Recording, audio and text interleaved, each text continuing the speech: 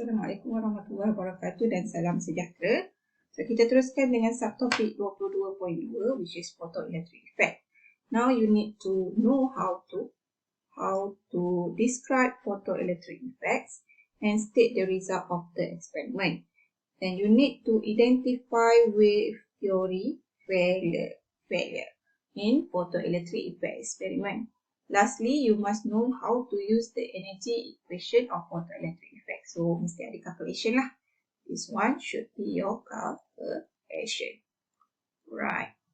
Okay, at the beginning, photoelectric effect ni dijalankan untuk menunjukkan yang light can transfer energy to electron. Because both are, kita nak bagi tahu yang wave tu boleh transfer energy to the electron.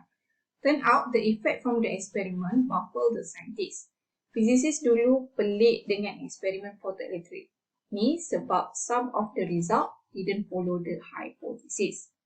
When we shine the light, a certain light on a metallic surface. This is a metallic surface. Electron will be ejected from this metal.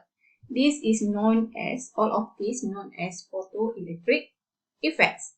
It happens when the energy of the light, energy from here, is absorbed by the electron in the metal. And the electron have energy to overcome the binding with the atom, and some more energy convert to kinetic energy. This emitted electron is known as photoelectron. So, nama dia adalah photoelectron. Okay, before that, jom berkenalan dulu dengan the setup of the experiment. So, here we have photocell. Yang garis putus-putus ni adalah photocell, which is in the photocell is a vacuum. Dalam ni vacuum, so that the emitted electron will not collide with air particles. Then we have metal plate E, known as the emitter. Electron will emit from here. And jump to the metal plate C, which is known as collector. This is a metal plate C, known as collector. The emitter will connect to the negative terminal of the battery.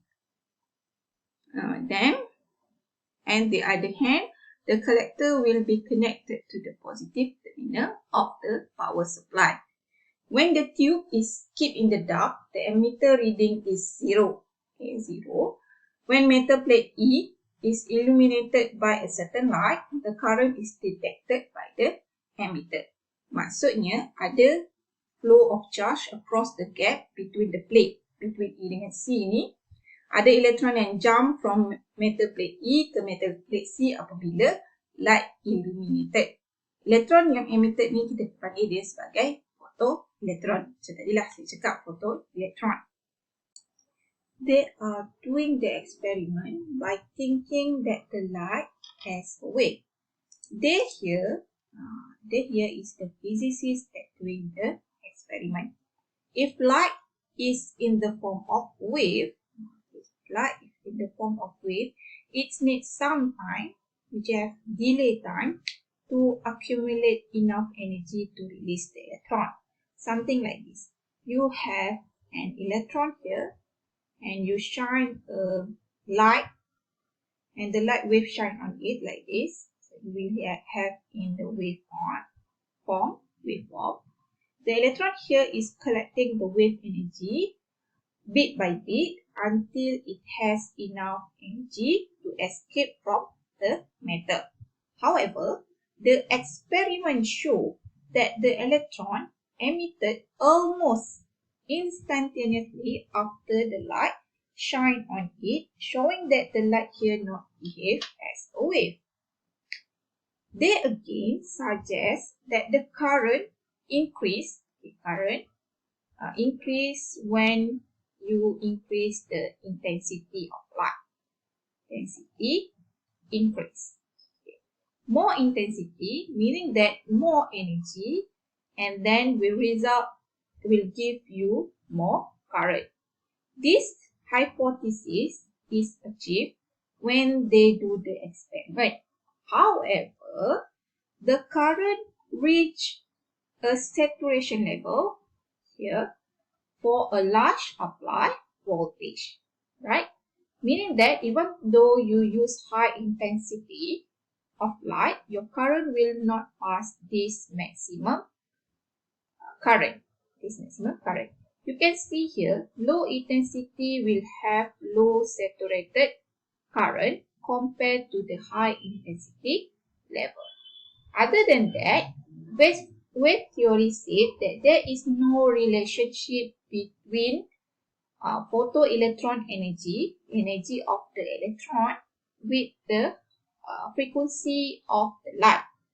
They suggest if they change the color of the light, it will not affect the photoelectron energy.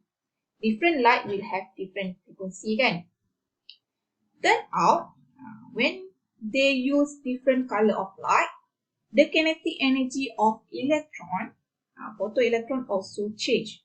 For example, blue light will have frequency here, which have higher frequency. This is blue. Will give more energy to the photoelectron. We will give energy here for blue light. Compare to the red light, somewhere here, the red light, which have low frequency and give you low energy to the photoelectron. The energy that give to electron will turn to kinetic energy of the electron. According to classical wave theory, which is still consider the light as a wave, the kinetic energy of the photoelectron should depend on the intensity of the light. But as I explained before, the kinetic energy of photoelectron is depend on the frequency of the light. Even more, there is current flow when you change the terminal of the battery, causing that the negative terminal of voltage, causing that the voltage applied, negative voltage applied. However, there are maximum negative voltage here, where there is no current flow if you exceed this voltage. This maximum negative voltage is called stopping potential. Stopping potential or stopping voltage. Yalah, when you apply stopping voltage, you are stopping the electron from emitted. Therefore, no current will flow in your circuit. For this photoelectric circuits, when you give more than Vs, there is no current will be applied there.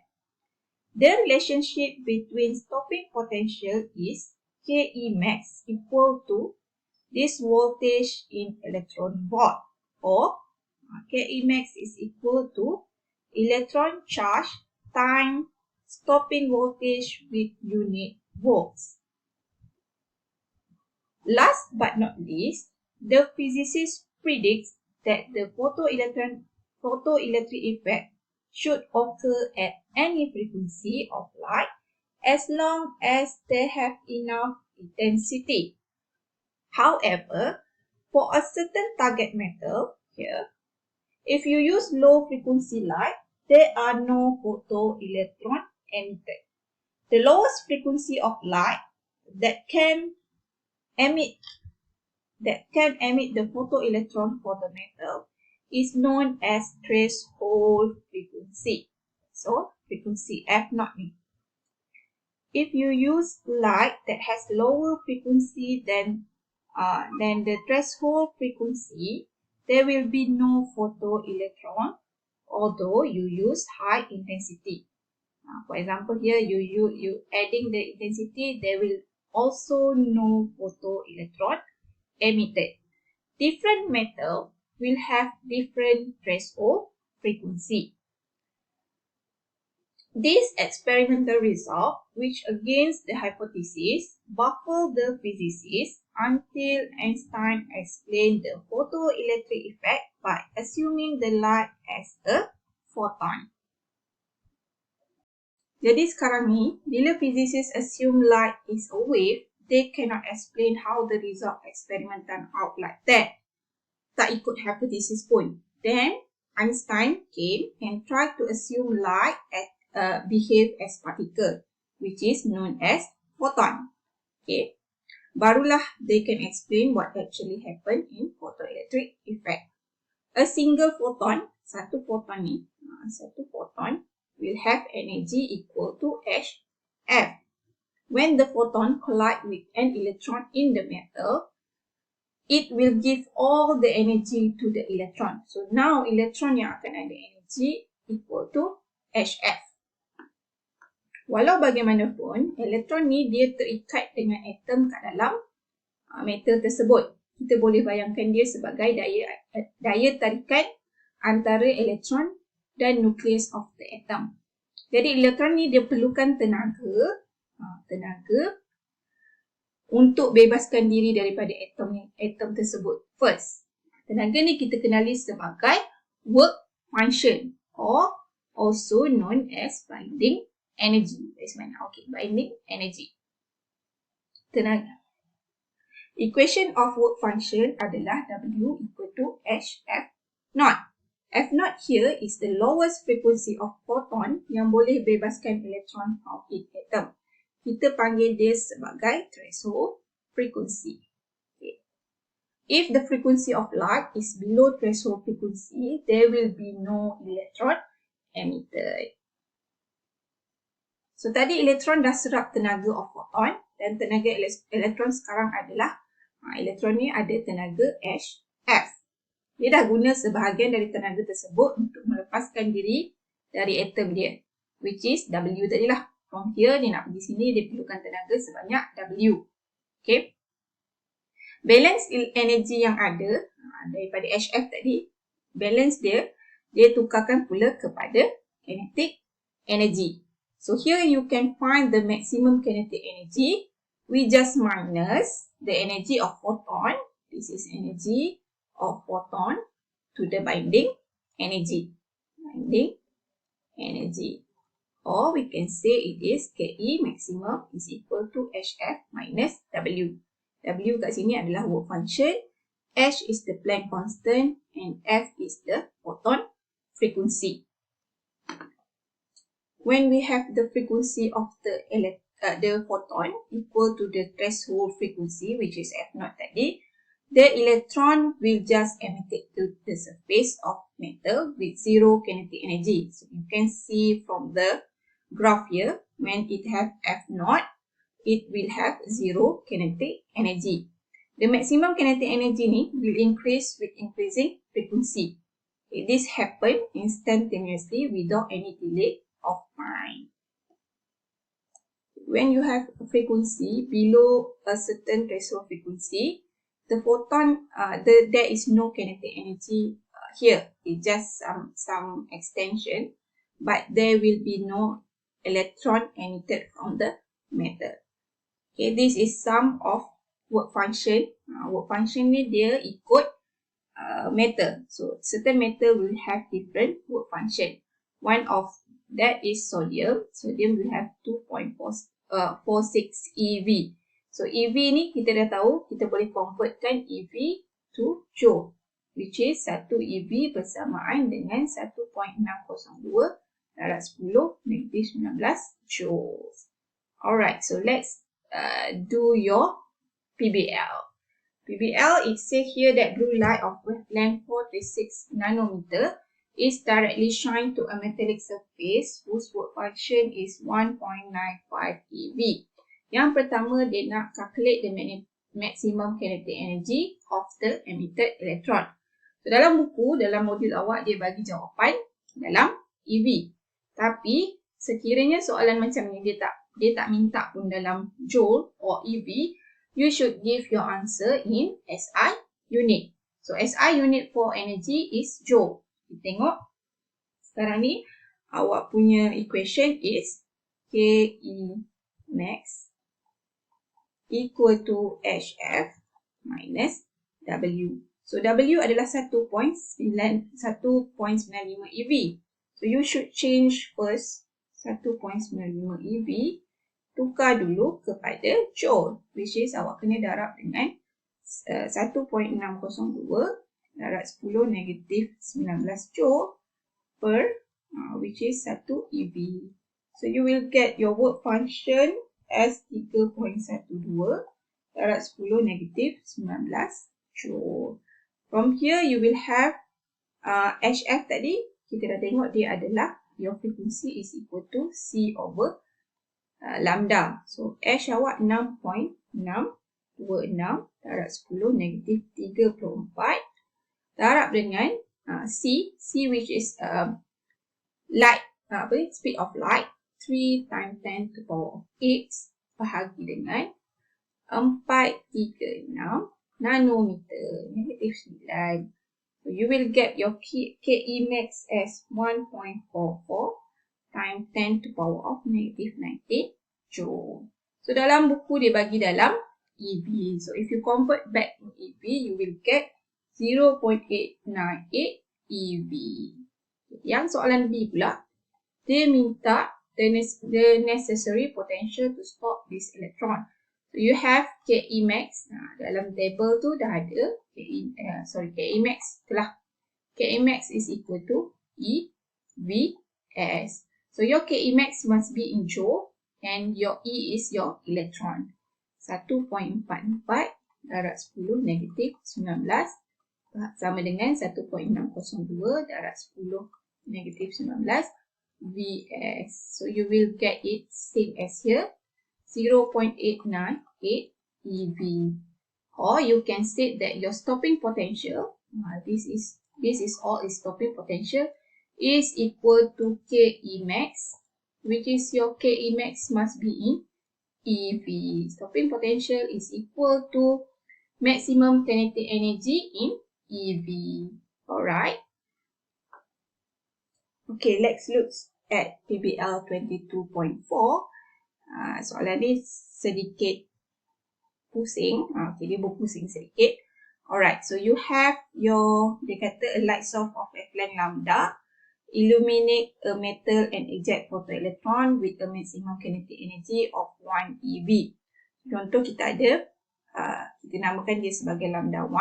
Lambda 1 is equal to lambda. Awak akan dapat KE max awak 1 EV. So kita letak KE 1 lah, kita namakan dia sebagai 1. So 1 EV. Dan a second light source, kita buat lambda 2 lah pula. Of wavelength lambda over 2. So sini kita akan ada lambda over 2. Ejects photoelectron with a maximum kinetic energy of 4 EV. So yang ni awak akan dapat maximum kinetic energy, kita letak KE2 sama dengan 4 EV. So it is used the same metal, it will have the same work function. So dia nak work function ni apa? So dua-dua ni akan ada work function yang sama. So you have the equation as KE equal to HF minus W. Right? So you will have F1, which is F1 is equal to C over lambda 1. So yang ni saya namakan dia sebagai F. Okay, saya namakan dia sebagai F. Sorry, tak apa. Kita letak F1 je. So F2 awak akan ada C over lambda 2. This one awak akan dapat C over lambda. This one awak akan dapat C over lambda bahagi 2. So you will have 2C over lambda. 2C over lambda. So this part is your F1. So you will have 2F1. So awak akan ada dua equation, which is this one yang pertama, this one yang kedua. So kita tukarkan dia kepada equation. Awak akan dapat KE1 sama dengan HF1 minus W. So KE1 is 1 EV sama dengan HF ni kita gunakan je the symbol, which is HF1 minus W. Lepas tu equation yang kedua pula, KE2 is equal to HF2 minus W. KE2 awak adalah 4 EV sama dengan HF awak adalah F2 awak adalah 2 kali F1. So So, akan dapat, masukkan kat sini F1 is equal to, F2 is equal to 2F1. Awak akan dapat 2HF2 minus W. So, this is the first equation. This is the second equation. Selesaikan untuk dapatkan W. Awak akan dapat W sama dengan 2eV. Okey, itu sahaja untuk chapter 22. Thank you from me.